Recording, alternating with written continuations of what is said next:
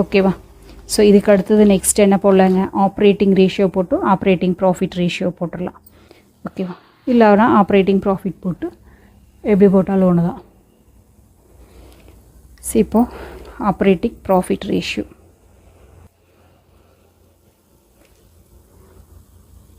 Operating profit ratio.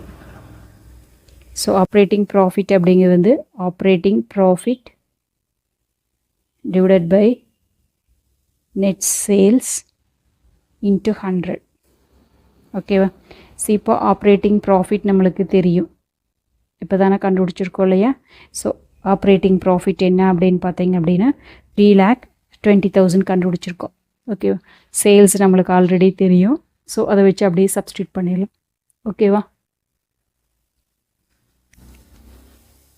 So 3,20,000 divided by net sales 16 lakh into 100. So இப்போ என்ன வருது அப்படின்னு பார்த்தா அப்படின்னா நம்மளுக்கு 20%. இப்போ operating profit ratio equal to 20%. So இந்த மாதிரி நீங்கள் எடுத்து எழுதிட்டீங்க அப்படின்னா உங்களுக்கு ஈஸியாக வந்து ஃபைண்ட் அவுட் பண்ணி மார்க்ஸ் போட்டுருவாங்க. ஸோ அதுக்கு அடுத்தது நெக்ஸ்ட் வந்து ஆப்ரேட்டிங் ரேஷியோ.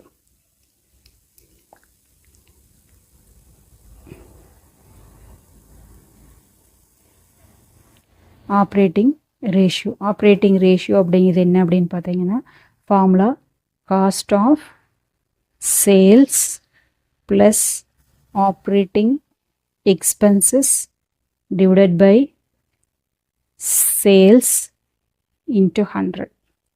நம்மளுக்கு சேல்ஸ் தெரியும், காஸ்ட் ஆஃப் சேல்ஸ் தெரியாது இல்லையா? அப்போ காஸ்ட் ஆஃப் சேல்ஸ் போடணும். காஸ்ட் ஆஃப் சேல்ஸ்க்கான ஃபார்முலா என்னங்க, சேல்ஸ் மைனஸ் ஜிபி. ஸோ இதுதான் நம்மளுக்கு என்னங்க காஸ்ட் ஆஃப் சேல்ஸு. சேல்ஸ் எவ்வளோங்க, 16 lakh. ஸோ ஜிபி இப்போ தான் கண்டுபிடிச்சிருக்கோம், 5,20,000. ஓகேவா? ஸோ அப்போ என்ன வரும் அப்படின்னு பார்த்தீங்க அப்படின்னா 10,80,000. ஓகேவா? ஸோ இப்போ இது கண்டுபிடிச்சிட்டோம். இப்போ ஆப்ரேட்டிங் ப்ராஃபிட் கண்டுபிடிக்கணுமா, சாரி ஆப்ரேட்டிங் எக்ஸ்பென்சஸ் அப்படிங்கிறது என்ன அப்படின்னு பார்த்தீங்கன்னா அட்மினிஸ்ட்ரேட்டிவ் எக்ஸ்பென்சஸும் செல்லிங் எக்ஸ்பென்சஸும். ஓகேவா? ஸோ இது காஸ்ட்டில் வந்து நீங்கள் படிச்சிருப்பீங்க. ஆப்ரேட்டிங் அட்மினிஸ்ட்ரேட்டிவ் எக்ஸ்பென்சஸ் வந்து 1,20,000, செல்லிங் வந்து 80. ஓகே, அதை அப்படியே எடுத்து போட்டால் போதும். 1,20,000 ப்ளஸ் செல்லிங் வந்து 80,000. அப்போ என்ன வருதுங்க, 2 lakh வருதா? இப்போ ஃபார்முலாவில் சப்ஸ்டியூட் பண்ணிடலாமா? Operating ratio equal to cost of sales எவ்வளோங்க, 10,80,000 plus operating expenses 2 lakh divided by sales எவ்வளோங்க, 16 lakh இன்ட்டு 100. ஸோ அப்போது ஆப்ரேட்டிங் ரேஷியோ எவ்வளோ வருது அப்படின்னு பார்த்தீங்கன்னா 80% வருது. ஓகேவா? அவ்வளோதான். ஸோ இது வந்து ப்ராஃபிட்டபிலிட்டி ரேஷியோ கண்டுபிடிச்சாச்சு. இனி அடுத்தது வந்து பார்த்தீங்க அப்படின்னா எக்ஸ்பென்சஸ் ரேஷியோ அப்படின்னு கேட்டிருப்பாங்க. அந்த எக்ஸ்பென்சஸ் ரேஷியோ எதெல்லாம் அப்படின்னு பார்க்கலாம். எக்ஸ்பென்சஸ் ரேஷியோ அப்படின்னு பார்த்தா அப்படின்னா எக்ஸ்பென்சஸில் administrative expenses ratio, selling expenses ratio, finance expenses ratio, அதுக்கப்புறம் நான் ஆப்ரேட்டிங் எக்ஸ்பென்சஸ் ரேஷியோ இதையும் போடணும். ஓகேவா? இப்போ அட்மினிஸ்ட்ரேட்டிவ் எக்ஸ்பென்சஸ் ரேஷியோ போட்டுடலாம். அட்மினிஸ்ட்ரேட்டிவ் எக்ஸ்பென்சஸ் ரேஷியோ இதுக்கான ஃபார்முலா எல்லாத்துக்குமே ஒரே மாதிரி தான் வரும். Administrative expenses divided by sales into 100. ஓகேவா? இப்போ அட்மினிஸ்ட்ரேட்டிவ் எக்ஸ்பென்சஸ் நம்ம என்ன பார்த்துருக்கோங்க, 1,20,000 பார்த்தோமா? 1,20,000 டிவைடட் பை சேல்ஸ் எவ்வளோங்க, 16 lakh இன்ட்டு 100. ஸோ இப்போ ஆட்டோமேட்டிக்காக நம்மளுக்கு என்ன வருங்க 7.5.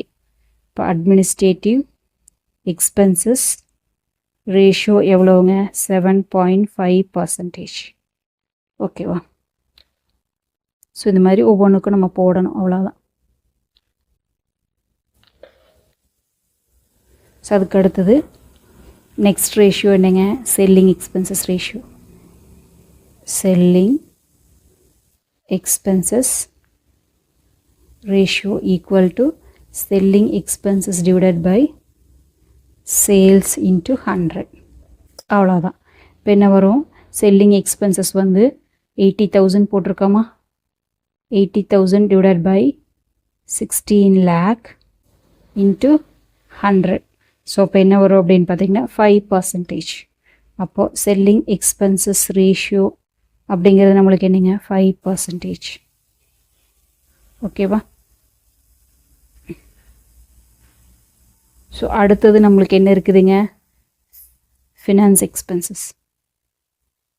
Finance expenses ratio equal to finance expenses divided by sales into 100. So finance expenses வந்து நம்மளுக்கு எவ்வளோ அப்படின்னு பார்த்தீங்க அப்படின்னா, ஃபினான்ஸ் எக்ஸ்பென்சஸ் பாருங்கள் இங்கே 40,000 இருக்குது. ஓகேவா?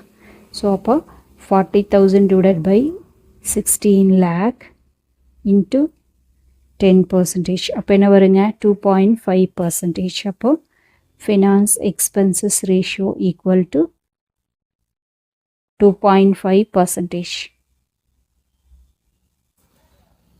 ஸோ அதுக்கு அடுத்தது லாஸ்ட்டாக வந்து நான் ஆப்ரேட்டிங் எக்ஸ்பென்சஸ்.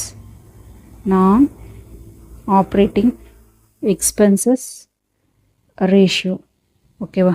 இப்போ நான் operating expenses divided by sales into 100. So நான் ஆப்ரேட்டிங் எக்ஸ்பென்சஸ் இதெல்லாம் அப்படின்னு பார்த்தீங்க அப்படின்னா, நான் ஆப்ரேட்டிங் எக்ஸ்பென்சஸ் வந்து loss on sale of asset plus finance expenses. ஓகேவா? அப்போ நம்மளுக்கு loss and sale of asset எவ்வளோ இருக்குதுன்னு பாருங்கள். 5,000, இங்கே ஃபினான்ஸ் எக்ஸ்பென்சஸ் 40,000. So 5,000 plus 40,000. இப்போ ஃபார்முலாவில் சப்ஸ்டியூட் பண்ணிடலாமா? 45,000 டிவைடட் பை 16 lakh into 100. இப்போ என்ன வரும் அப்படின்னு பார்த்தீங்கன்னா 2.81%. அப்போது நான் operating expenses ratio equal to 2.81%. அவ்வளோதான். ஓகேவா? ஸோ இவ்வளோ தான் இருக்குது நம்மளுக்கு. ப்ராஃபிட்டபிலிட்டி ரேஷியோ அப்படின்னு கேட்டாங்க அப்படின்னா, நம்மளுக்கு இப்போ operating profit, net profit, operating profit ratio, gross profit ratio, operating ratio, expenses ரேஷியோவில் இங்கே என்னென்ன எக்ஸ்பென்சஸ் இருக்கோ அந்த எக்ஸ்பென்சஸ்க்கு எல்லாம் போடணும்.